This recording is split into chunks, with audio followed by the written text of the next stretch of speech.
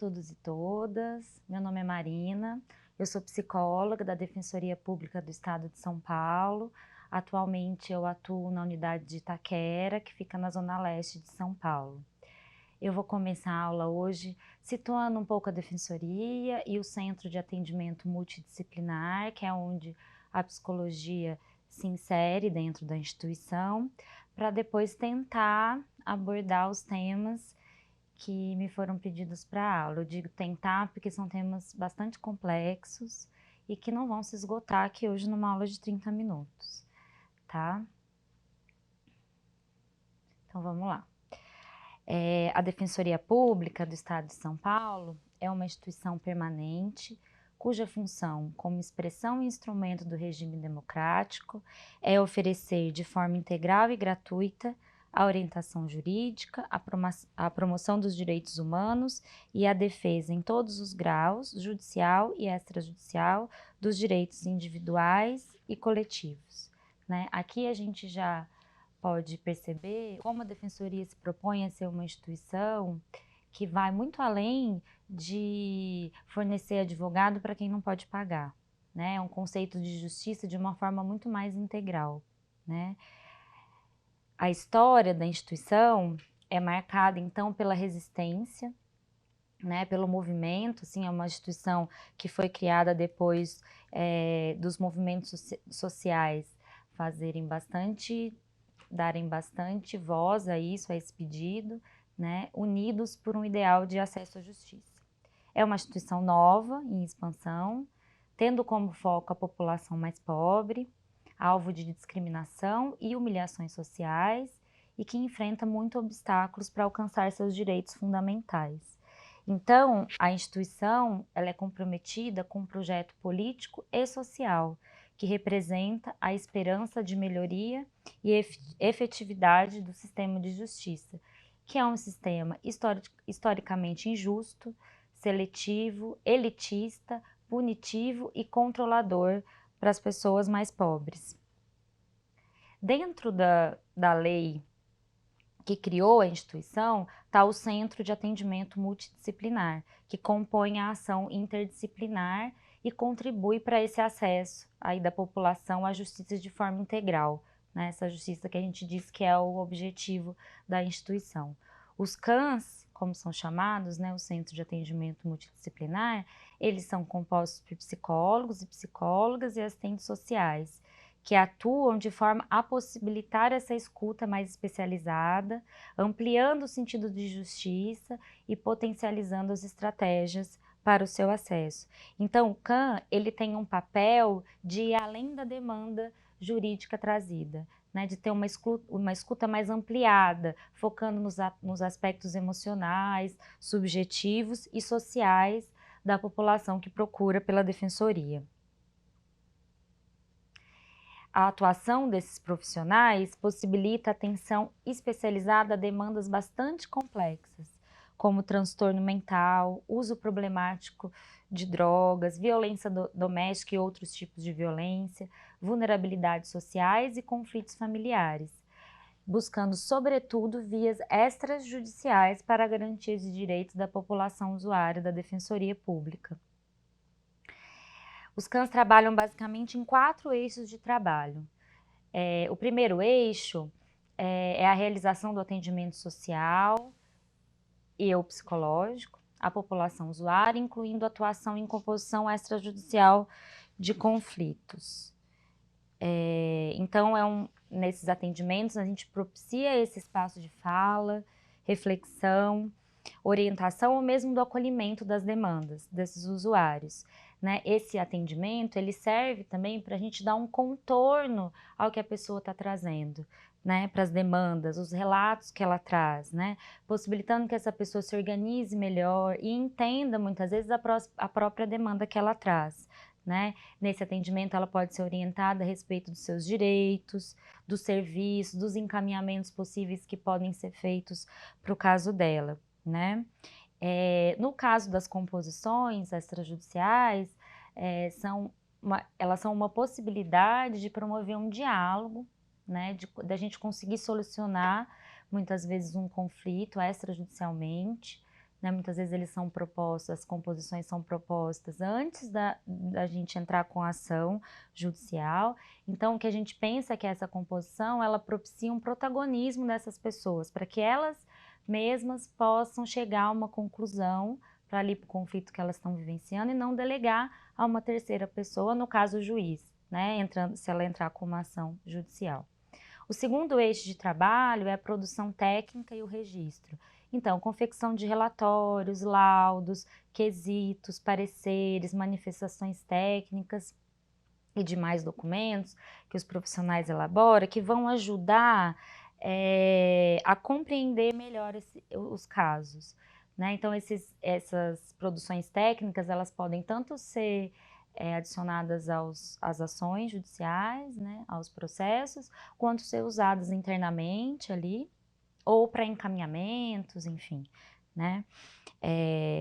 O terceiro eixo, é mapeamento e articulação com a rede de serviços, é um eixo bastante importante do nosso trabalho, né? Essa interlocução intersetorial com a rede de serviços, políticas públicas, então saúde, assistência social, habitação e educação, dentro das necessidades de cada caso, né? Pensando ali nessas especificidades e visando a garantia e a ampliação dos direitos desses usuários.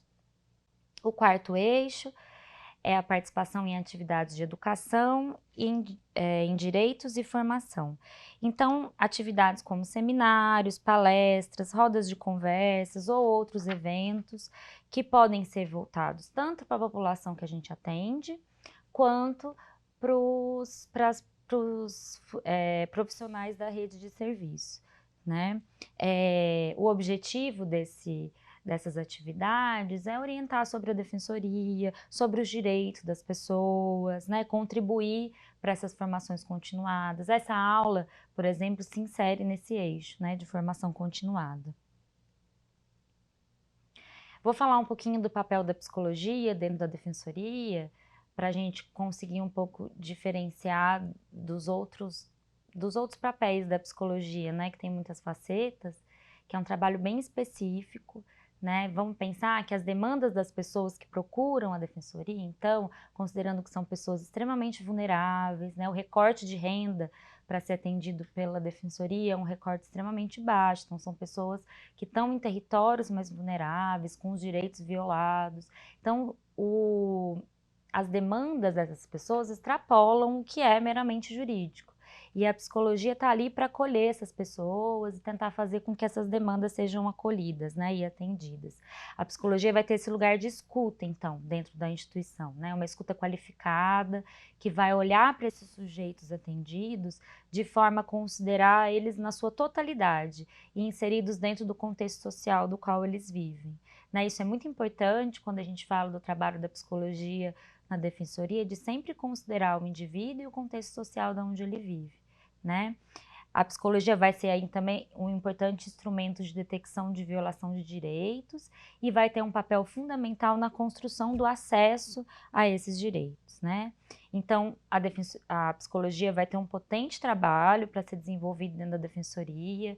É muito importante que a gente se situe no nosso trabalho de maneira crítica, possibilitando esses olhares mais ampliados sobre as demandas que chegam e propiciando o acolhimento aí dessas subjetividades para a gente poder trabalhar a autonomia dessas pessoas. Quando a gente fala da gente se situar de maneira crítica, a gente está falando de ter um olhar crítico, inclusive ao próprio sistema de justiça, que muitas vezes é injusto, né? Seus conceitos, o modo como ele opera, né, considerando aí a vivência dessas pessoas para poder construir o direito delas. A gente pode dizer que para essas pessoas que procuram a defensoria, além da dor de existir, né, que a gente pode chamar, existe uma dor que é sociopolítica, porque essas pessoas estão inseridas num contexto, né, de extrema vulnerabilidade, como eu já disse, elas têm os direitos violados, né, os direitos básicos, habitação, alimentação. Então, são sofrimentos que também são sofrimentos políticos, não dizem respeito somente ao indivíduo, diz respeito também a relações de poder, aonde elas estão inseridas dentro da sociedade, a como elas são olhadas pela sociedade e colocadas, né, que papel que é colocados para ela. Então, esses sofrimentos, eles não podem ser enfrentados apenas psicologicamente, uma vez que eles são políticos, né? A gente tem que escutar isso através de um contato mais próximo com essa pessoa e ir dando protagonismo a essas histórias e a essas pessoas que culturalmente foram colocadas em um lugar passivo, de quem aceita o que foi decidido por outras pessoas. Tá? Então, o trabalho é feito dentro de uma perspectiva emancipatória, na medida que estimula a participação, reflexão e a tomada de decisão das próprias pessoas com o objetivo de empoderá-las. Quando a gente fala de olhar, né, de a gente se situar de maneira crítica, é isso que eu falei, a gente tem que ter um olhar crítico ao próprio sistema de justiça, né, seus conceitos e o modo como ele opera. Refletir de maneira crítica sobre a atuação do Estado e sobre a própria rede de assistência e sustentar um lugar de escuta que possibilite trabalhar essa autonomia das pessoas e um posicionamento crítico delas, né, frente às relações de poder que existem na sociedade. Diferente do direito, que vai focar o atendimento no enquadre dentro das possibilidades jurídicas estabelecidas pela lei e nos caminhos legais existentes, a psicologia, através da escuta e do acolhimento, está mais voltada ao desejo das pessoas e suas motivações. Então, o vínculo é muito importante, né? Muitas vezes os atendimentos, eles são atendimentos mais longos, né? Porque a gente vai escutar a história daquela pessoa, não é simplesmente entender o que ela quer ali de demanda jurídica, são situações complexas. Muitas vezes o nosso papel ali é o de traduzir a demanda. A gente recebe encaminhamentos de defensores e defensoras que dizem: a gente não está conseguindo entender o que essa pessoa quer, e muitas vezes para a própria pessoa não fica muito claro qual que é a demanda dela, né? Então esse espaço de escuta vai proporcionar esse contorno para essas questões subjetivas, a fim de que essa pessoa reflita sobre seus interesses e desejos, para que ela possa se organizar, né, organizar suas ideias e organizar e entender a própria demanda dela, ajudando a formular o pedido, né? É muito comum que as pessoas que vêm encaminhada para a defensoria não entendam, né, como eu disse, o que elas querem da gente, né? Elas chegam muito confusas, numa situação de sofrimento muito intenso, às vezes pela própria questão jurídica, às vezes pela situação de vulnerabilidade em que se encontra, né? E às vezes, muitas vezes, a pessoa consegue até obter o que ela quer, né? O sucesso na ação, né? A ação dela tem um fim positivo e mesmo assim ela fica com a sensação de que ela não teve o que ela queria. Então, a psicologia vai ajudar um pouco a dar um contorno a tudo isso, tá? Entrando nos assuntos mais específicos agora, que pediram para que eu falasse na aula, eu vou começar a falar da nossa atuação na infância cível, tá? Que é um dos grandes eixos do nosso trabalho, né? Essa atuação, ela vai acontecer quando envolve denúncias de supostas violações de direitos a crianças e adolescentes. Então, a família tem o seu poder familiar questionado e pode perder a guarda e, em casos mais extremos, até o poder familiar, né? Que é quando as crianças são destituídas das famílias e são disponibilizadas para adoção. Os motivos que levam uma família até o seu poder familiar posto em discussão têm a ver com o fato do Estado considerar que ela não é capaz de prover os cuidados necessários que as crianças e adolescentes necessitam. Essa incapacidade, ela pode ser atestada por vários motivos. Então, uso de drogas, vivência de situação de rua, situação de violência doméstica, negligência, maus tratos. E por mais que o ECA, né, o Estatuto da Criança e do Adolescente, proíba, né, o que a realidade nos mostra é que muitas crianças são tiradas de suas famílias por essas estarem em condição de vulnerabilidade socioeconômica. O que a gente propõe no nosso trabalho é olhar para essa família em sua totalidade. O que a gente vê é que a família inteira, muitas vezes, está tendo seus direitos violados, né? E por isso não consegue cuidar das suas crianças, dos seus adolescentes.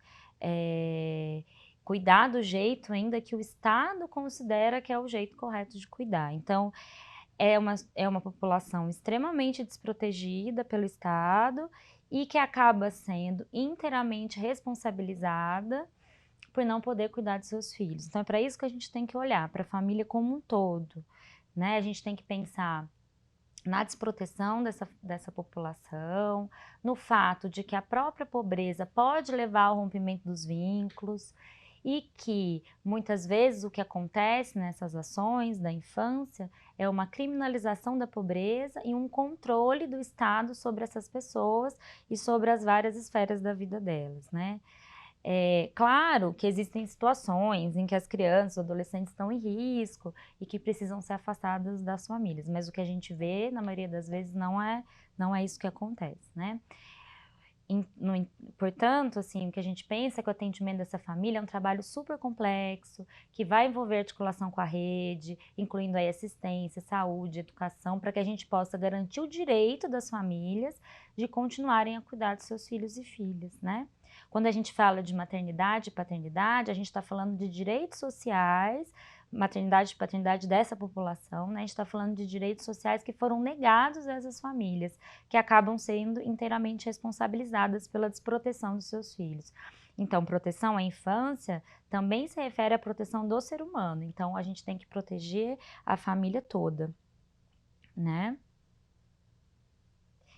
A gente tem que olhar, então, para essas famílias como uma expressão dessa sociedade desigual da qual a gente vive. A gente não pode desqualificar e culpabilizar essas famílias pela essa dificuldade de autoproteção social. A gente tem que pensar nisso num contexto mais amplo, não só da dimensão particular, mas também no contexto social, sempre pensando nessa perspectiva de indivíduo e sociedade, né? Se a gente pensar o que é o campo social no Brasil, né? Ele é situado num momento histórico, caracterizado por relações de poder e de dominação, num país extremamente desigual, tanto social quanto racialmente. Quando a gente olha para as estatísticas e para as crianças que estão acolhidas no Brasil, o que a gente vê é que essas crianças têm raça e essas crianças têm cor, né? Então a gente consegue ver aí do que a gente está dizendo, né? Da pobreza, a gente pode dizer que muitas vezes só existe adoção no Brasil, em muitos casos, porque existe pobreza. Então, esse trabalho com a população pobre, extremamente vulnerável, que vive nesses territórios totalmente desassistidos pelo Estado, sempre vai fazer com que a gente pense nessa relação entre indivíduo e sociedade. Então, o trabalho da psicologia tem que ser um trabalho político, né? A gente tem que levar em conta o campo das desigualdades, pensar que essas pessoas estão inseridas em uma sociedade, um território que as constitui e que tem efeitos no que elas podem ser, né? Um território que traz aí algumas possibilidades e outras não, tá? Eu vou partir agora para o segundo tema, que também quero fazer aqui uma proposta de também da gente ter um olhar crítico sobre isso, que é o tema da alienação parental, uma coisa que está super em voga aí hoje em dia, né? A gente ouve falar muito disso no contexto das varas de família.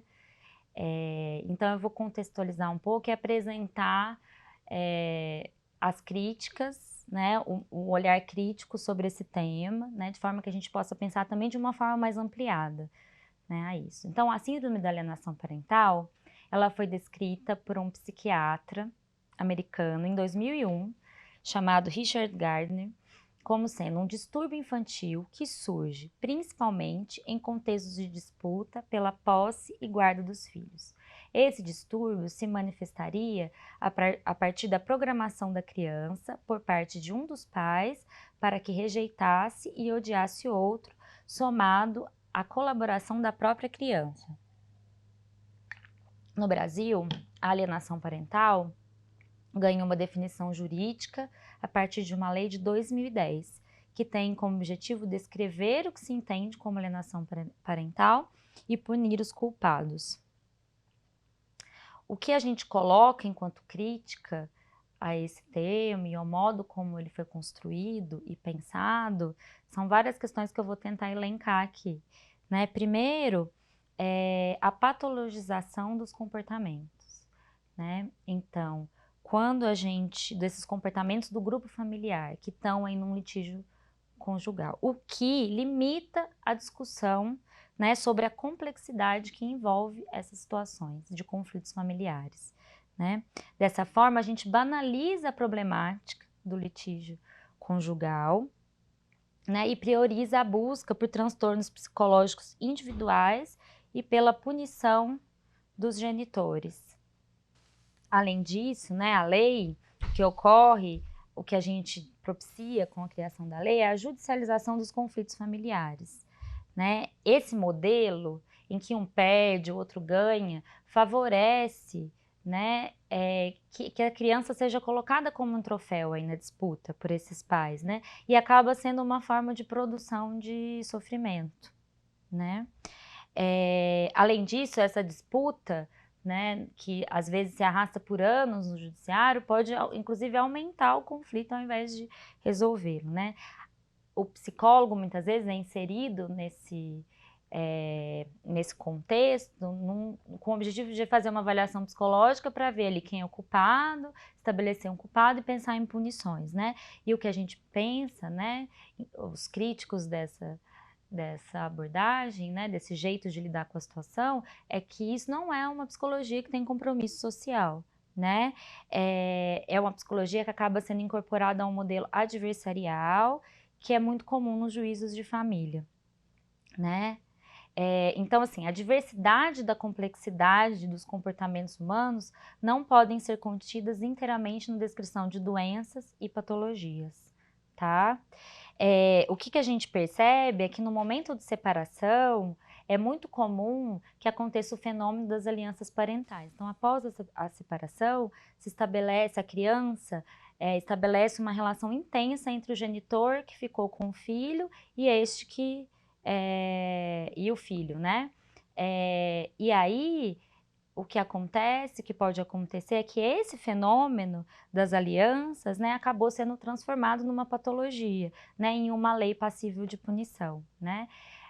Tem duas questões importantes de pensar também, que é a conjugalidade e a parentalidade. Os pais e mães, eles são levados a envolver os filhos nos próprios conflitos diante dessas situações complicadas, né. Então, a conjugalidade, né, ou seja, os conflitos e as questões emocionais não resolvidos pelo casal acabam repercutindo nas relações parentais, né. Muitas vezes a gente vê profissionais ou até nos processos dizendo, os pais não podem envolver os filhos nas questões, né, dos conflitos deles. Será que isso é possível? Né? Os filhos estão ali, eles estão participando daquele momento delicado, né? Então tudo isso precisa ser olhado.